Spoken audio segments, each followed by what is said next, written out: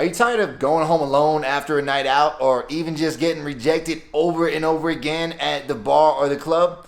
Well, today, we gon' fix that. What up, homie? My name's Dave, and I put out new videos every Tuesday and every Friday to help you get the girls you want and become the man you're meant to be. So if you haven't subscribed yet, what are you doing, bro? Smash that button, hit that bell so you don't miss your chance at that next awesome girl. But yeah, bars and clubs can be a great place to meet girls. I know some guys say, no, the type of girls that I like, they don't go to bars and the clubs. Well, that's probably bullshit, man. They probably go out at least occasionally. And I myself have met plenty of really awesome, high quality girls in these kinds of venues, and you can do the same. The problem is, though, that most guys approach girls like jamokes when they're out, so they get treated like jamokes.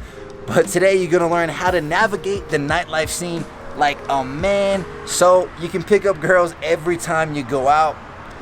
Let's get into it. Let me level with you. Let me be in your crew. I just wanna be free. Be with people like me. I'm so not in the mood to be. Alright, so a big part of how your night is gonna go depends on the venue that you decide to go to.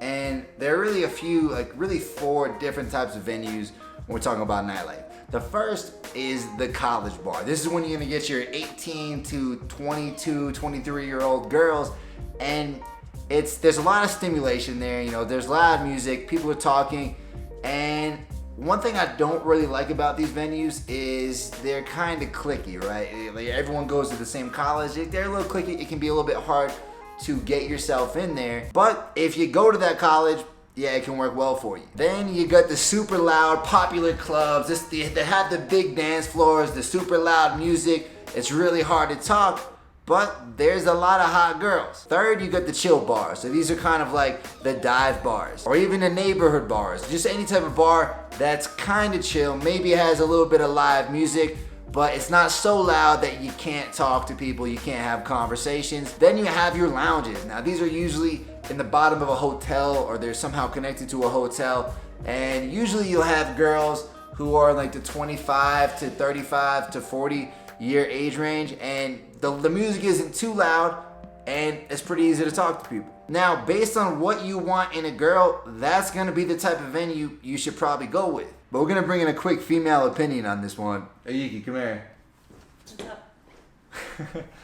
Alright, so get over here. So Yuki, in the past, when you were going out with your girlfriends, before you ever met the guy, the man of your dreams, what type of venue would you be more likely to want to talk to guys? Like a super loud club with like super loud music, big dance floor, or like a more chill type of bar or lounge? Definitely in a chill bar, of course. It's easier to talk to people. They are not usually drunk. Like in clubs, like it's a bunch of drunk guys. So in clubs, like a lot of drunk guys, Yeah. and like most of the time you go to the clubs, you're probably like hanging with your crew. You're hanging with your ladies, right? Yeah. Having like a dancing ladies night. Dance. Yeah, a lot of times when guys think of going out, they think, oh, I need to go to one of these crazy clubs. But those actually aren't the best places to meet girls, right? And a big reason for that is there's so much stimulation. You have this loud music, there's so much going on. It's hard for her to focus on having one conversation. Whereas when you're talking about bars and lounges, you're gonna have a little bit more seasoned veterans, like they've been out before. They're not afraid as much of getting judged, and they're open to talking to people and having a good time.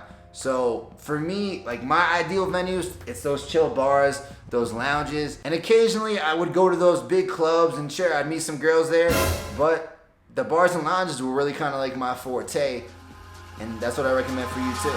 Eyes in the sky, gazing far into the night. I raise my hand to the fire, but it's no use, 'cause you can't stop it from shining through. So there's really 2 different aspects to increasing your perception. First is being aware of the hot girls in the venue. So you walk in and you're not exactly scoping it out like a pirate or something, right, Yuki? But you're noticing like, okay, there's a hot girl over there by the bar. There's another girl standing by the bathroom. There's another girl over there. And you're just aware of where the hot girls are that you might want to talk to. And that way okay, here's where I want to position myself. Here's how I want to kind of handle this night. And you kind of have like almost like a little map in your head to follow as the night goes on. Now, the second aspect of this is to get the lay of the land. So when you walk in, you kind of, been aware of where the hot girls are. Next up, you want to see, okay, where is the bar? Where is the dance floor? Like, where are there like some other separate rooms? Just kind of figuring out how the venue works so that later on, all right, where can you lead girls to? Where can you move things to? And you're just kind of aware of your surroundings. And just like that, boom, you know where the hot girls are and you know where you can lead them to. You good to go, bro. Please don't be just another one and say it's me you've been looking for, like I've been looking for you. By the way, man, there's certain Mexico City sounds. One of them is this fucking truck back here. It goes around, you can hear it from all the different neighborhoods, and they just try to buy your refrigerators, your laundry machines, all that shit. Tell you one thing, it's annoying as hell when you're trying to film though. So by being more noticeable, I mean standing where you can most easily be seen by the most people. But yeah, I'm talking about by the bar, near the dance floor. It really varies by the venue. I mean, there was this one club in Colombia me and my buddies used to always go to, and we get a table right in the center of the entire club, and it was just a little bit elevated so that everybody around us could see us, including the girls. Now, the reason this matters is because it gives you the chance to get approach invitations from girls. And approach invitations are basically signals she gives you that she wants you to come talk to her, and when you go talk to her after one of these invitations, it's usually going to be a pretty warm approach, and she's going to be into you from the start. Now, there are 3 approach invitations I want you to be aware of the next time you're out. This is when a girl looks at you, she straight up starts staring at you. Then you get a girl who just kind of glances in your direction. Maybe she doesn't look right at you, but she's always kind of doing like one of these things, right? And then finally, you get the girl who just walks over and stands in your vicinity for no real reason other than she secretly wants you to talk to her.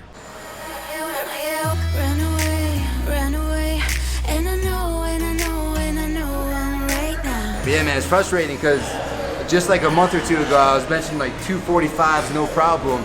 But then I hurt my shoulder, I hurt my elbow, and so I have to bench a lot less just to work my way back up.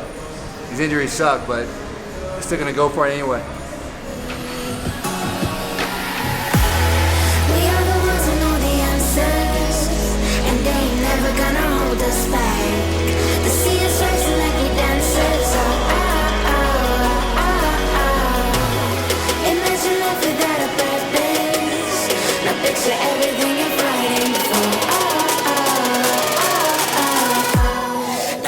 Everything you're fighting for.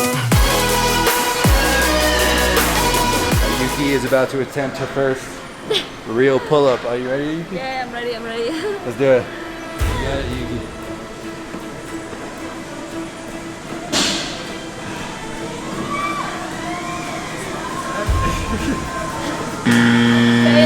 What happened, Yuki? It's hard. It's really hard.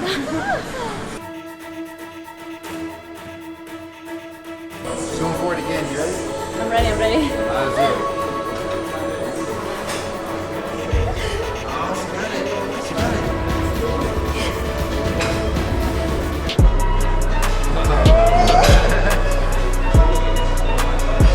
Good workout of Yuki or what? Was good. I need to practice a little bit more. You gotta work on those pull-ups. Only you can make me move.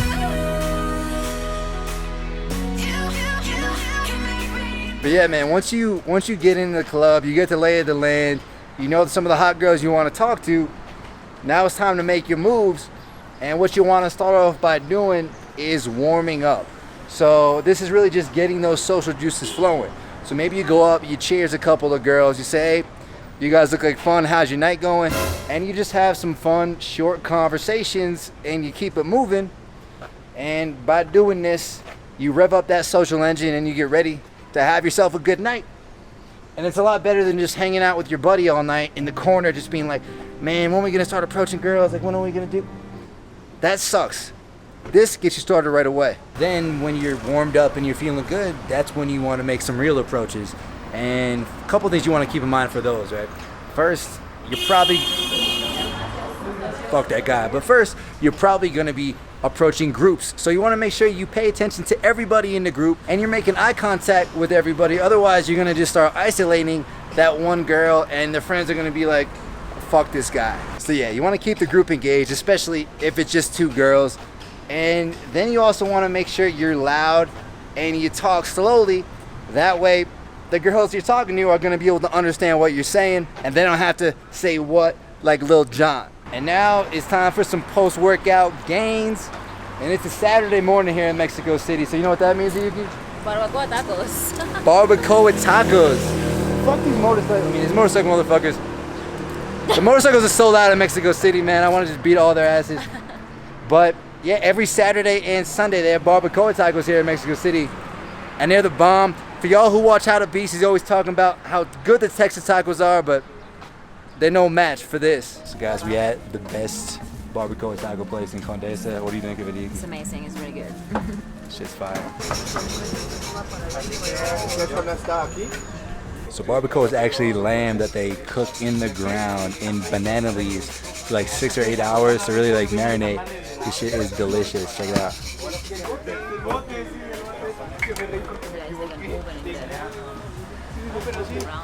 The best part of Saturday mornings.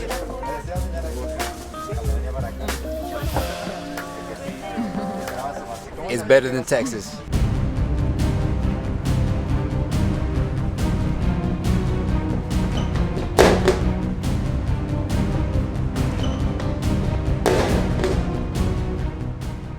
So a big mistake I see a lot of guys make is like they'll go to the club, they'll talk to a girl all night, they'll think it's going super well, and then when it comes time to bring the girl home, they screw it up or the girl can't come back with them, and then they're sitting there dumbfounded wondering what the hell happened. Now there's two ways you can prevent this from happening to you, right? The first way is to screen her for logistics. So basically you're trying to figure out what is she doing later on that night. Does she have work super early in the morning? Who'd she come there with?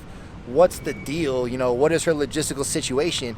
And you can just kind of like sprinkle in those questions throughout the interaction to figure that out. So that way, if you're looking for a girl to take home that night and the girl you're talking to can't logistically do it, then you know you need to move on to the next girl. The second thing you should try to do is screen for coolness. So here you're asking her questions about like how adventurous she is, how much she likes to travel, you know, trying to figure out how open-minded she is and how much the two of you can vibe together and you can see yourself hanging out with her again in the future. Basically, it's what we've talked about in videos in the past where you're like, okay, this girl's hot, but is she cool?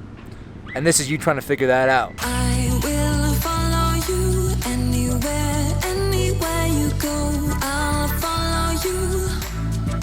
I will follow you. Alright, so once you've approached the girl, you've gotten the conversation going and you realize, yeah, she's cool.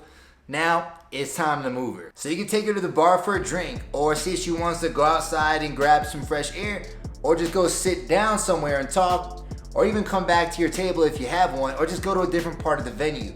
The point here is once you get a girl to move with you and you've started leading her, that's how you start getting buy-in. She's like, okay, this isn't just some like quick 2-minute conversation. Like I'm actually engaging with this guy and I'm investing something in this, and that allows you to dive deeper and make more progress more quickly. Cause hey man, the more invested a girl is in you, the more likely she is to continue investing and continue to follow your lead and hey, eventually go home with you once you go for that later on in the night. We just go no, we can't come close, got it for the low, waited for the 6, but it's going. Alright, so I want you to take a second and think about two of the greatest athletes of all time, Tom Brady and Michael Jordan. So both of these guys are great during the game. They're known for crushing it during the season, just doing great things. But what they're most known for and what really makes them the greatest of all time is what they do in the clutch. They're closers. You give Jordan the ball with 5 seconds left, you know he's gonna drain the 3 and win the championship. You give Brady the ball with 2 minutes left in the Super Bowl, he's gonna win the game. They're great for what they do during the season and during the middle of the game, but they're the greatest of all time for what they do in those clutch moments when they close it. And bro, that's the same type of thing you need to do in your interactions. It's all fine and dandy to have a nice conversation, you know, be a little flirty, and have a good time with the girl. But if you're not closing a deal, you're just straight up missing opportunities. Now, to be a good closer, it really comes down to a few things, right? You need to either try to go for her number, or what I recommend, especially if you're at the bar or the club, you try to take her home, you know? You see if she wants to go for some fresh air, and then be like, hey, let's go back to my spot for some drinks. The point is, man, most guys aren't good closers. They don't know how to close the deal. So when you step up and you have the balls to go for it, that's what sets you apart. She's like, man, this guy is going for what he wants. I kind of like this. I kind of dig it. And a lot of times, if you're leading with conviction and confidence, which you should be doing if you're watching my videos, then she gonna follow right along and go home with you. And you're gonna be looking like the Tom Brady of her night. And that's good. But again, man, none of this is gonna be possible unless you start the conversation in the first place. And for that, again, I recommend checking out this video on the best conversation starters at bars and clubs. Let's keep it going. I'll see you right here, homie.